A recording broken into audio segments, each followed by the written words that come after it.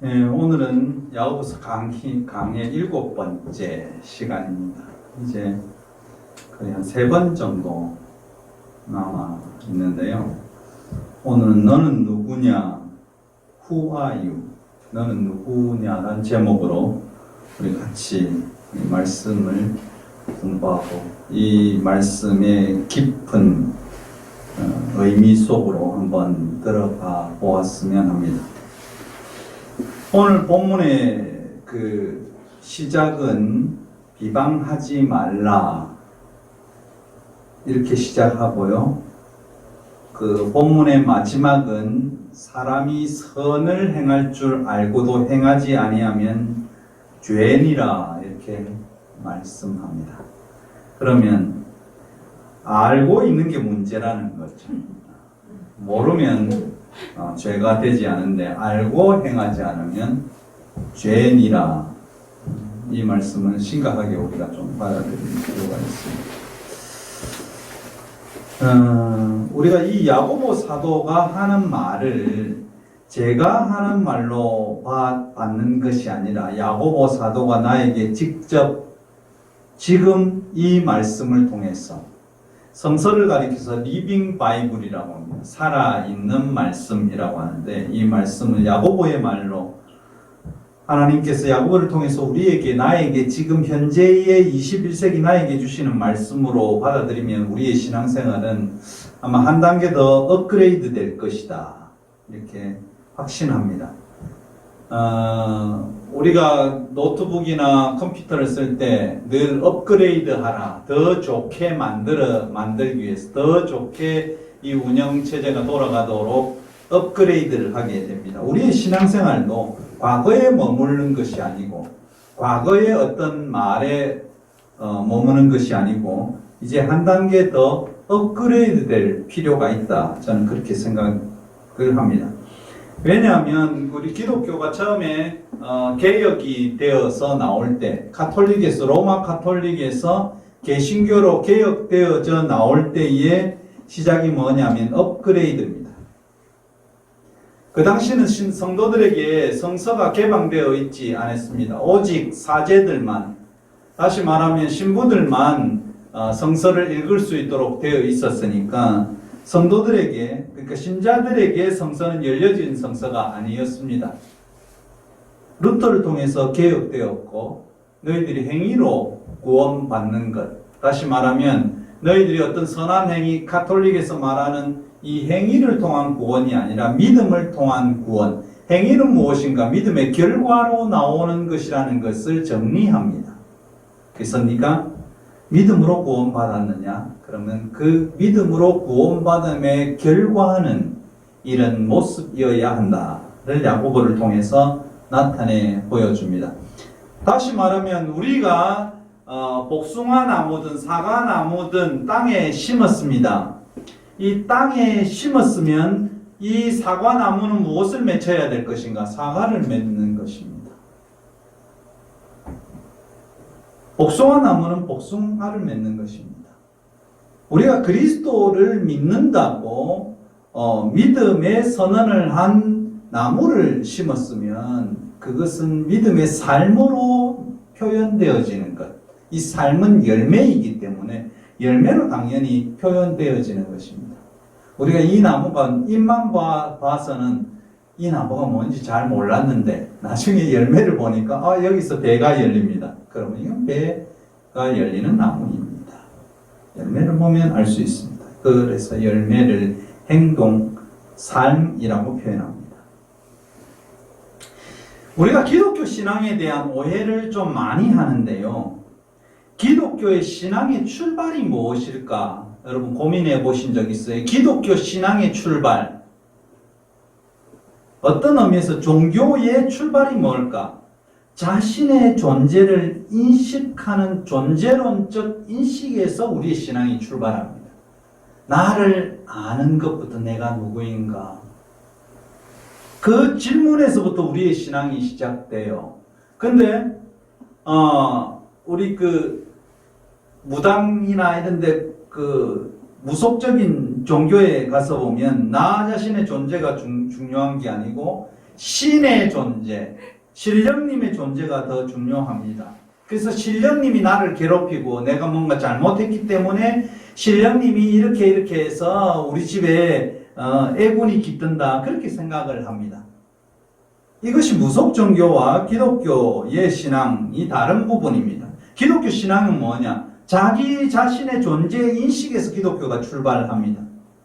그렇게 해서 나 자신의 존재를 통해서 하나님의 존재를 인식하게 되고 이 하나님의 존재를 수용하는 것에서 우리의 믿음이 시작돼요. 이걸 잘 아셔야 됩니다. 우리의 신앙은 나 자신의 모습을 한번 보니까 하나님을 찾아가야 되겠구나, 하나님을 알아야 되겠구나. 그래서 자기 자신의 존재의 인식에서 출발해서 신존재 인식으로 가는 것이 기독교입니다. 그래서 나는 누구인가에 대한 출발이 성서에서 출발합니다. 창세기는 나는 누구인가에 대한 질문에 대한 해답을 주는 겁니다. 첫 번째, 나는 누구인가? 첫 번째, 나는 하나님의 최고의 걸작품이다. 그것이 인간에 대한 1번입니다. 나는 하나님의 형상으로, 하나님의 성품으로 창조된 인간이라는 사실입니다. 내가 잘생기고 못생기고 빼짝 마르고 뚱뚱하고 뭐 이런 거 다 떠나서, 내가 조금 몸이 불편하고 안 불편하고를 떠나서 나는 하나님의 최고의 걸작품이라는 사실에 대한 인식. 둘째, 하나님은 인간을 세상의 모든 피조물보다 가장 우수한 존재로 만드셨다고, 그리고 보시기에도 참 좋은 존재로 우리의 인간을 본다는 것입니다. 그래서 우리는 하나님의 성품으로 존재하게 되었고 하나님이 최고의 걸작품이며 사람을 통해 신과 인간의 소통과 교제, 아름다운 하모니를 원하는 것이 하나님의 사랑입니다. 그래서 하나님은 사람을 통해서 교제하기를 원하시고, 사람과 교제하기를 원하시고, 사람과 교통하기를 원하시고, 이것을 통해서 아름다운 하모니를 만들어 나가는 것이 하나님께서 우리의 사람을 보는 그런 시각입니다. 세 번째는 하나님의 성품으로 최고의 걸작품으로 창조된 인간은 로봇이 아니라는 겁니다. 성서는 우리를 로봇이라고 이야기하지 않습니다. 로봇이 아니기 때문에 끊임없이 우리는 무엇인가를 질문하고 추구합니다. 그래서 질문하고 추구하다 보니까 현재 자기의 상황보다는 조금 더 좋은 것이 무엇인가를 인간은 끊임없이 찾습니다. 실제로 하나님께서는 내가 존재하고 내가 살아가고 있는 것이 에덴인데도 불구하고 우리는 우리의 마음속에 이 에덴은 다른 곳에 있다고 생각하고 행동하게 되어 있습니다. 그래서 죄가 세상에 들어오죠. 왜 죄가 세상에 들어왔을까? 내가 존재하고 내가 살아가는 곳이 실제로 나의 삶의 주위가 에덴인데 더 다른 것이 있다고 우리 속에 욕심이 생겨나기 시작해서 죄가 세상에 들어옵니다. 헬라어로 우리가 잘 아는 것처럼 표현된 단어, 죄라는 단어는 하마르티아라는 단어입니다. 이 하마르티아는 관역에서 벗어났다, 그런 말입니다.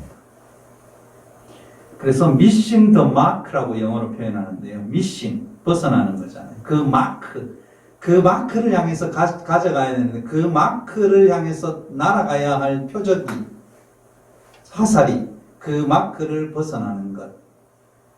두 번째는 다른 잘못된 마크를 히팅하는 것. hitting some wrong mark라고 하는데요. 긍정적인 표현에서 분명히 올바른 마크를 향해서 나아가는데 잘못된 마크를 때리는 것, 그것을 추구하는 것, 그것을 가리켜서 하마르티아, 죄라고 합니다. 영어에서도 죄의 표현은 두 가지입니다. crime과 sin인데요.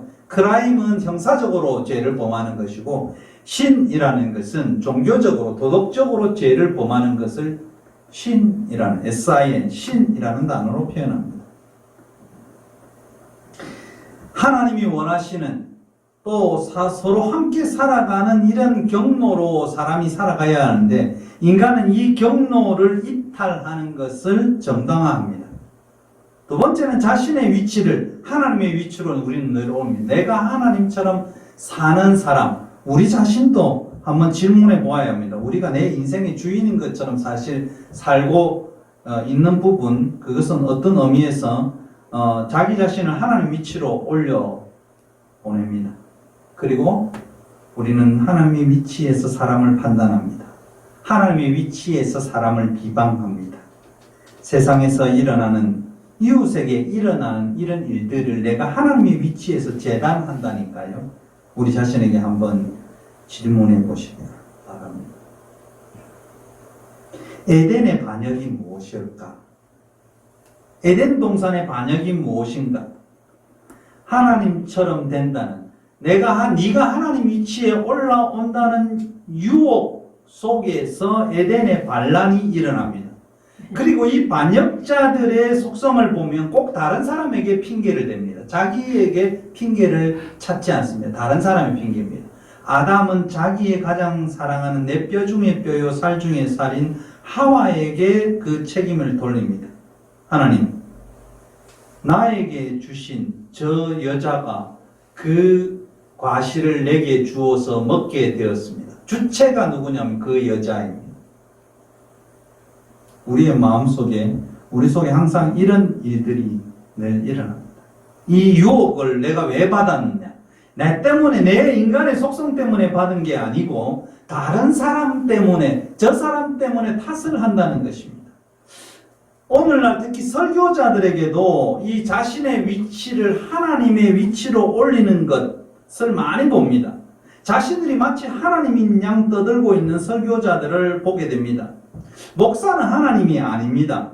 목사의 말이 하나님의 말이 아닐 수도 있습니다. 성경 해석의 오류는 얼마나 많이 나오는지 모릅니다. 자기의 말이 하나님의 말인 양 떠들고 있지만 그건 자기의 말입니다. 설교자는 자신의 위치를 하나님의 위치보다 더 높이 올리는 경우를 우리는 많이 보게 됩니다. 어떤 극우 선동가 목사님은 하나님을 향해서 자기가 하나님과 친하지만 하나님 꼼짝 마라, 하나님 까불면 나한테 죽는다, 내가 이렇게 하나님과 친하다, 이런 이야기를 아주 공공연하게 막무가내로 쏟아냅니다. 인식의 문제, 아주 심각한 것입니다. 저는 이런 분들에게, 그리고 이런 일들을 함께하고 있는 분들에게 이렇게 질문하고 있습니다.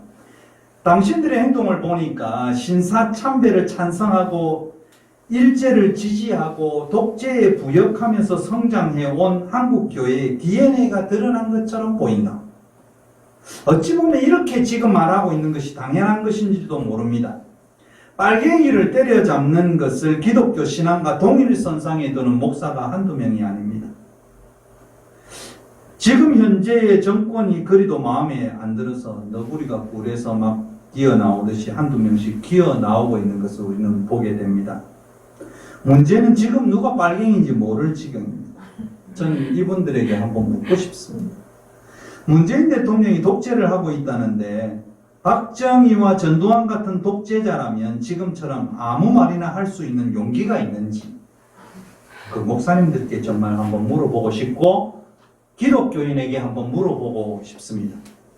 진짜 독재의 정권에서 당신들은 무엇을 하고 있었느냐고 한번 질문하고 싶습니다. 원래 이런 분들을 보면 이런 목사들은 자기들이 지지하는 정권이 들어서면 위에 있는 모든 권세에 복종하라 이렇게 가르칩니다. 박근혜 정권에서도 똑같았습니다. 자기들이 싫어하는 민주 정권이 들어서면 온갖 저주와 비난을 퍼부으면서 로마서 13장 1절은 온데간데 없습니다. 결코 낯선 일이 아닙니다. 이런 것이 일부 개신교인들, 목사들에게만 일어나는 것이 아닙니다. 나 자신도 하나님보다 더 높은 위치에서 사람들을 평가하고 비방하고 재판관의 위치에서 내 말의 당위성을 설파하는 모습은 별로 낯설지 않는 흔한 모습이기도 합니다. 오늘 야고보 사도는요, 하나님의 역할을 대신하는 현재 우리 자신의 모습을 보고 회개하고 돌아서라고 분명히 말씀을 통해서 전달합니다. 제 말이 아닙니다. 그래서 11절에 시작하면서 했던 말이 무엇입니까? 형제들아 서로 비방하지 말라, 이렇게 합니다. 이 비방이라는 헬라어 단어는요, 카타랄레오라는 단어입니다. 카타랄레오. 이 말의 헬라어의 원뜻은 얕잡아서 말하다. 다시 말하면 형제들아 너희들이 서로 얕잡아서 말하지 마라. 다시 말하면 비방하는 것은 얕잡아 보는 마음이 그 속에 있다는 것입니다. 그래서 상대방이 없는데 그 사람을 비난하는 것, 이것을 카타랄레오란 말입니다. 우리가 사회생활이나 신앙생활 중에요, 하나님의 역할을 대신하는 것은 스스로 다른 그리스도인들보다, 다른 사람보다 내가 우월하다고 생각하고 있기 때문입니다. 그래서 여러 가지 방법으로 우리는 나 주위에 있는 사람, 나를 높이기 위해서 상대편을 깎아내리는 일들을 많이 합니다. 그래서 교회 오면 어떤 집에 자녀들을 좀 폄하하기 위해서 저분 교회 장로 아들인데 와 그래 인사를 안 하노, 가정교육이 엉망이네, 뭐 이런 식으로 합니다. 자기 아들 딸들은 어떤지 생각하지 않습니다. 항상 자기들이 마치 아주 고상한 삶을 살고 아주 예의 바른 것 같은 위치에 서서 재단하고 판단합니다. 어떤 선교사님이 미국의 한 그 신학교 채플에 초청이 되어서 설교를 하게 됩니다. 미국의 신학교는 데오로지칼 세미나리라고 하는데요. 이 데오로지칼 세미나리 채플에 초대해 설교자를 썼습니다. 그런데 이 선교사님의 그날의 설교는 아주 간략하지만 또 함축적이고 굉장히 짧은 설교였습니다. 그때 함께 참석한 신학교 교수와 목사들이 수군거리면서 이렇게 이야기합니다. 저 선교사는 뭐 했노 그동안 설교가 왜 이렇게 짧고 엉망이고 설교가 형편없는, 준비가 안 됐나 막 이러면서 막 비난하기 시작합니다. 그때 이 선교사님과 친한 한 신학생이 와서 목사와 교수들의 이 비방하는 그 자리에서 이런 말을 합니다. 목사님, 교수님들이 보고 있는 것이 다가 아닙니다. 그러니까 그 교수들이 자기들을 방어하기 위해서 무슨 소리 지금 네가 하고 있노, 이 신학생이. 이번 네가 보다시피 이번 설교는 너무 짧고 형편없는 설교 아이가, 그렇게 비난합니다. 그러나 이 선교사 사정을 아는 신학생이 이 목사들과 교수들에게 이렇게 합니다. 교수님들, 이 선교사님은 설교하기 2시간 전에 막내 아들이 갑자기 세상을 떠났다는 전화를 받았습니다. 그거 전화 받은 거 알고 계셨어요? 석 달 전에 아내가 말기 암으로 진단받아서 이제 시한부 인생으로 살아가고 있습니다. 그거 알고 계셨어요? 그럼에도 불구하고 약속대로 여기 와서 이 선교사님은 설교했습니다. 여기에 같이 비방하고 비판에 참여했던 목사와 교수 일행들은 이 소리를 듣고 말로 표현할 수 없는 부끄러움을 느끼게 됩니다. 상상하기 힘든 고난 가운데 소박한 설교를 한 그리스도인, 선교사, 그리스도 안에 있는 이 형제를 판단했고 비방했던 것을, 사실을 제대로 알지 못하면서 그런 굉장한 부끄러움을 느끼고 하나님 앞에, 그리고 그분에게 잘못에 대한 용서를 빕니다. 우리는 상대방의 어떤 행위를 보면서 해야 할 말이 있습니다. 어떤 사정이 있겠지. 이게 참 중요한 말입니다. 그분이 나에게 그렇게 하신 것은 어떤 사정이 있겠지. 우리가 필요한 것은 그 사람을 향한 비난보다는, 그 사람을 향한 비판보다는 그 사람을 향한 질책보다는 아이고 어떤 사정이 있겠지. 참 중요한 내용입니다. 그러면 우리는 형제들아 서로 비방하지 말라. 비방하는 자는, 형제를 판단하는 자는 곧 자기가 하나님의 위치에 서서 재판관 노릇하고 율법의 준행자의 노릇을 하고 입법자의 노릇을 하는 그 모습이다라고 야고보 사도는 말씀하면서 이것이 죄라고 말씀하고 있는 것입니다. 우리 그리스도인들이 사실 제대로 알지 못하면서 다른 사람들을 비판하는 일은 허다합니다. 우리는 한 사건을 관찰하고 몇 마디 대화를 들어보고 몇 가지 정보를 임의로 수집하고 그런 다음에 마음속으로 판단을 내리고 그것에 대해서 말하기 시작합니다. 그 말은 아주 기세 좋게 퍼져나가서 나도 모르는 사이에 가십거리 뉴스가 되어서 마치 코로나19의 무증상 감염처럼 이것이 감염되기 시작합니다. 그러면 누가 병들까요? 나도 병들고 그것과 함께한 이웃들도 병들게 되어 있는 것입니다. 이것이 코로나의 무증상 감염이나 우리가 남을 비판하고 판단하고 몇 가지 정보를 가지고 그 사람에 대해서 해왔던 행위, 그를 통해서 서로 병들게 된다는 사실입니다. 이 원칙은 반복해서 우리는 되새겨야 합니다. 오직 판단할 자격은 누가 있을까? 하나님만이 판단할 자격이 있으시다. 왜냐하면 오직 그분만이 그 사람의 사정을 알고 계시기 때문에, 그 사람의 모든 것을 알고 계시기 때문입니다. 야고보서 3장부터 우리가 5장까지의 주제가 무엇이었습니까? 참된 믿음은 겸손을 낳는다는 것이었습니다. 오늘 우리가 읽은 4장 11절에서 17절은 우리가 다른 사람을 볼 때 흔히 갖는 태도에 대해서 말해주고 있는데요. 11절, 12절은 우리가 다른 사람에 대한 내용, 다른 사람을 판단하고 다른 사람을 비판할 때 우리가 하나님의 자리를 차지하려는 우리의 습성을 이야기하고요.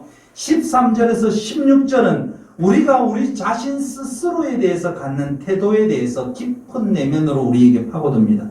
우리가 스스로에 대해서 우쭐해하거나 나는 다른 사람들보다 더 고상하고 더 예의 바르고 자신에 대해서 자랑하면서 삶에서 하나님을 대신하려고 하는 성향을 지적하는 것이 13절에서 16절까지 말씀입니다.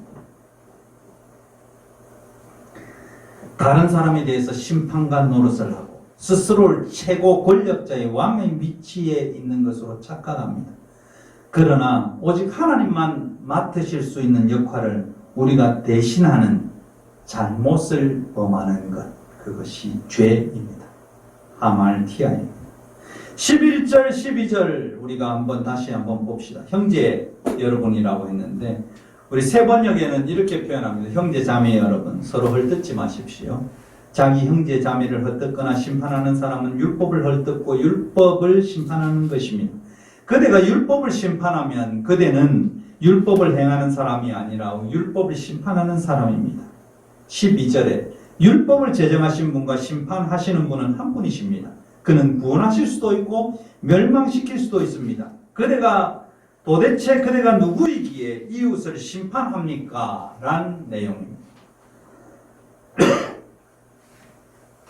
율법을 주신 하나님은 우리의 심판자이시며 우리를 구원하고 멸망시킬 수도 있습니다. 당신이 무슨 권리로 다른 사람을 비판하느냐고 12절에 기록하고 있는 것입니다. 다른 사람들의 삶에서 하나님의 역할을 대신하는 것은 스스로를 다른 그리스도인들보다 내가 우월하다고 생각하고 여러 가지 방법으로 그들을 깎아내리기 위한 것입니다. 하나님 역할을 대신하는 유능한 비판자, 즉 자기가 우위에 있다고 생각하면서 동료 신앙인들을, 이웃을 감독하는 존재가 나도 모르게 되어 있는 것입니다. 나는 내가 비방하는 사람이, 비판하는 사람이 사람들에게 평가절하되기를 바랍니다. 그러면서 그를 비방합니다.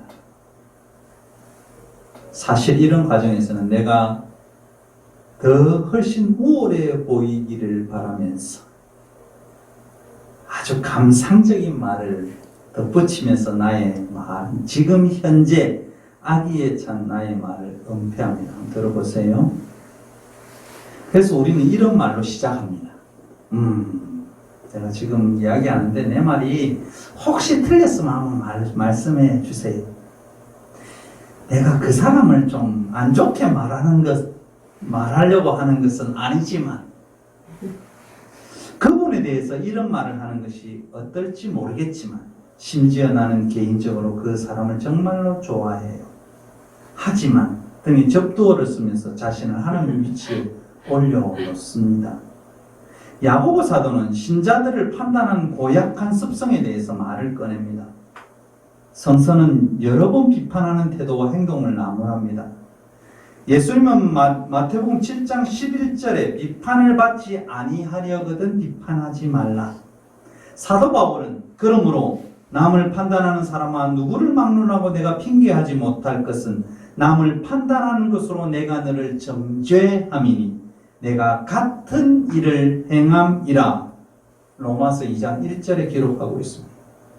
예수님은 그대보다 내가 더 어렵다고 바리새인적이고 율법주의적인 판단에 대해서 아주 강력한 말씀을 주시는데 마태복음 7장 4절 이하에 보라 내 눈 속에 들보가 있는데 어찌하여 형제에게 말하기를 나로 내 눈 너의 눈 속에 있는 티를 빼게 하라 할 수 있느냐. 이 눈 속에 더 큰 문제가 있다는 것입니다. 성서의 요지는 지혜롭고 올바른 분별은 권장하되 자신의 유익을 추구하는 악의적인 판단을 하지 말라는 것입니다. 예수님은 요한복음 7장 24절 말씀에 외모로 판단하지 말고 공의롭게 판단하라고 말씀합니다. 야고보 사도가 오늘 하신 말씀은 사람들의 말을 무조건 믿고 수용하면서 그들이 무슨 짓을 하건 그냥 넘어가라 하는 말은 아닙니다. 그는 야고보서를 통해서 함께 그리스도인의 길을 가는 동료들이 사람을 세우는 말과 사람을 허물기 위한 비난은 다르다는 것을 강력하게 오늘 이 편지에서 우리에게 서술하고 있는 것입니다.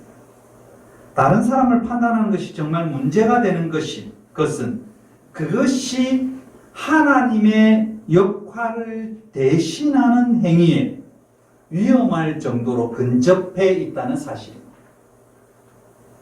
오늘 보면 12절에 입법관, 재판관이라는 말이 나오는데요. 입법관과 재판관은 오직 한 분이라고 합니다. 하나님 한 분만이 입법관이고 하나님 한 분만이 재판관입니다. 왜냐하면 사람은 늘 오류를 가지고 재판을 합니다. 오류를 가지고 법을 만듭니다. 국회의원들이 법을 계속 개정하는 것이 왜 무엇 때문일까요? 그것은 오류가 있다 아니면 자기의 이익 때문에 그렇게 합니다. 재판하는 재판도 이상한 재판 참 많이 있습니다.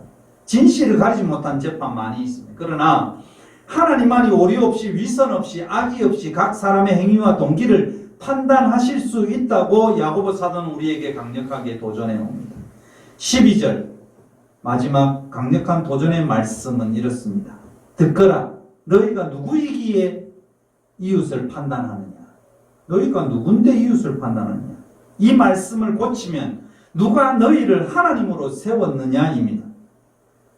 오늘 이 말씀은 지난주에 제가 드린 말씀 중에 기도가 무엇인가? 기도는 하나님 앞에 자기 자신의 모습을 발견하는 것입니다. 자기 자신의 모습을 발견하면 응답이 우리에게 오는 것입니다. 그래서 하나님의 실존 앞에 나 자신의 실체를 발견하는 것, 그리고 거기서 하나님께 순종하는 결단을 하는 것이 무엇인가? 기도입니다. 사랑하는 성도 여러분, 기도를 통해서 오늘 나에게 질문하시는 하나님을 한번 발견하셔야 합니다. 하나님을 발견해야 합니다. 네가 누군데 이웃을 향해서 판단하는 Who are you? 너는 누구냐? 네가 누구이기에 이 질문에 대한 해답을 하나님 앞에 우리 하나님의 실존 앞에 우리 자신을 내어놓고 기도해야 하는 것입니다. 기도하면 너희 중에 지혜가 부족하거든 후히 주시고 꾸짖지 아니하시는 하나님께 구하라. 그리하면 주시리라. 이것에 대한 답이 나오는 것입니다. 13절에서 16절로 갑니다. 앞부분은 타인에게 내가 하나님의 역할을 하는 심판자로서 서로의 행위를 다루었습니다. 그러나 13절에 16절은 나의 행위 속에, 나의 삶 속에 내가 하나님의 위치에 올라가 있는 모습을 봅니다. 자, 한번 볼까요? 오늘이나 내일이나 우리가 어떤 도시에 가서 1년을 머물며 장사해서 이익을 보리라. 한번 분석해 봅시다. 나 스스로 계획합니다. 무슨 계획이죠? 오늘, 내일이라는 일정을 잡습니다. 나 스스로 길을 정합니다. 어떤 도시에 간다. 나 스스로 한계를 정합니다. 시간의 한계. 1년을 거기서 머물 것이다. 나 스스로 행동을 계획합니다. 뭐 하죠? 장사할 것이다. 나 스스로 이 장사의 결과물을 예상합니다. 뭐 합니까? 손해를 보리라? 아니고 이익을 보리라. 오늘 이 행위는 악한 것은 아닙니다. 사업을 계획하고 일정을 조율하고 이익을 남기고 이거 아주 정상적인 거잖아요. 비정상적인 게 아닙니다. 여기에서 빠진 것이 무엇인가? 하나님입니다. 자신의 힘으로 이 모든 것이 순조롭게 이어나갈 것 같지만 우리는 장차 5분 후에 1분 후에 일어날 일 우리 전혀 알 수 없습니다. 예상치 못한 사건이 불시에 닥치면 우리는 우리의 모든 계획은 다 사실은 수포로 돌아갑니다. 내일 뭐 해야지? 아이고 조금 이따 커피 한 잔 마셔야지. 못 마실 수 있습니다. 오늘 자고 있는데 아침에 내가 일어나서 뭐 해야지? 밤새의 안녕이 가실 수도 있습니다. 우리는 100세까지 살 수도 있고 아니면 오늘 밤에 죽을 수도 있습니다. 그래서 누가복음 12장 20절에 이렇게 말합니다. 하나님이 이르시되 어리석은 자여 오늘 밤에 내 영혼을 도로 찾으리니 그러면 네가 준비한 것, 네가 예비한 것이 누구의 것이 되겠느냐. 그래서 야고보 사도는 우리의 인생을 가리켜서 뭐라고 표현했을까요? 안개라고 합니다. 안개. 제가 과거에는 이렇게 서울로 아침 일찍이 이렇게 출장 가는 그 시간들이 있었습니다. 아침 일찍 가면 안개 구역에서 안개가 이렇게 끼어 있습니다. 근데 이상하게도요, 햇빛이 촥 나기 시작하면 이 안개가 언제 안개겠지? 이럴 정도로 순식간에 없어집니다. 우리의 인생도 마찬가지입니다. 저희들이 나이가 들어가면서 늘 느끼는 것은 아이고 엊그제 일 같다. 10년 전의 일이 엊그제 일 같다. 20년 전에 제가 자녀들 결혼시키면서 그런 생각을 했습니다. 아이고 참 엊그제 일 같은데 벌써 결혼을 하게 되었구나 이런 생각을 하게 되는데 우리가 인생을 깨닫기 전에 우리 인생은 한순간의 안개처럼 사라진다고 야고보 사도는 말합니다. 젊음도 영원하지 않습니다. 젊음이 가면 정신이 흐릿해집니다. 그러기에 우리는 우리의 인생의 호흡의 주인이신 하나님의 뜻을 무시할 자격이 없다는 것입니다. 말로는 내 삶의 주인이 하나님이라고 표현하면서 실제로는 내 삶의 주인이 나인 것처럼 행동하는 그런 모습에 대해서 야고보 사도는 이렇게 이야기합니다. 너희들이 하나님의 뜻이면 이런 표현을 많이 쓰잖아. 하나님의 뜻이면 이것이 문제가 있다는 것입니다. 하나님의 뜻이면 오늘 우리가 살고 하나님의 뜻이기 때문에 우리가 오늘 이것도 할 수 있다. 하나님의 뜻으로 나는 이것을 한다. 그건 틀렸다는 것입니다. 이것은 상투적인 그 당시에 이교도들도 쓰던 상투적인 말이라는 것입니다. 라틴어로 이 말을 이렇게 쓰는데요. 데오, 이건 하나님인데요. 데오 볼렌테라는 단어입니다. 데오 볼렌테. 신의 뜻이면. 이 신의 뜻이면 이것 때문에 얼마나 기독교에 또는 이교도에 문제가 생기는지 아세요? 데오 볼렌테.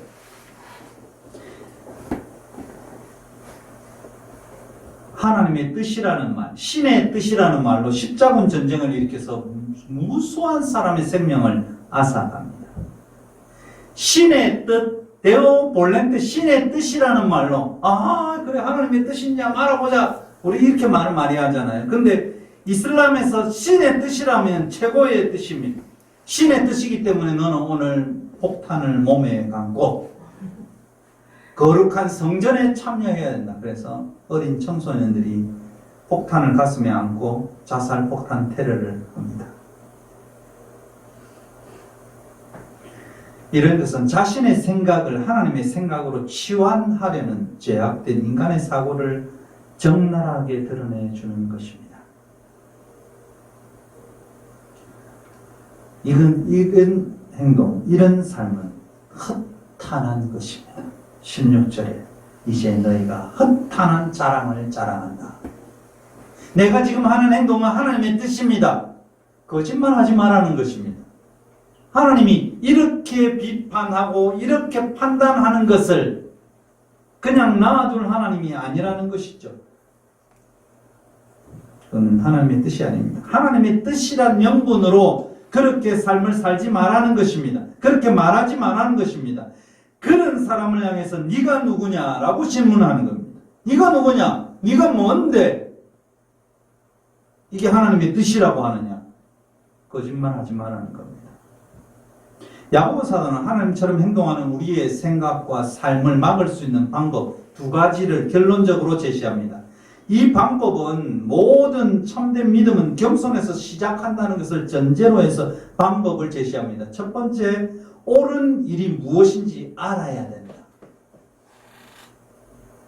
오늘 본문에 그 제일 마지막 절에 우리에게 주어진 이 말씀 있잖아요. 선을 행할 줄 알고도 행하지 아니하면, 이것을 역으로 말하면 옳은 일이 무엇인지 너희들이 알라. 두 번째, 옳은 일이면 하라.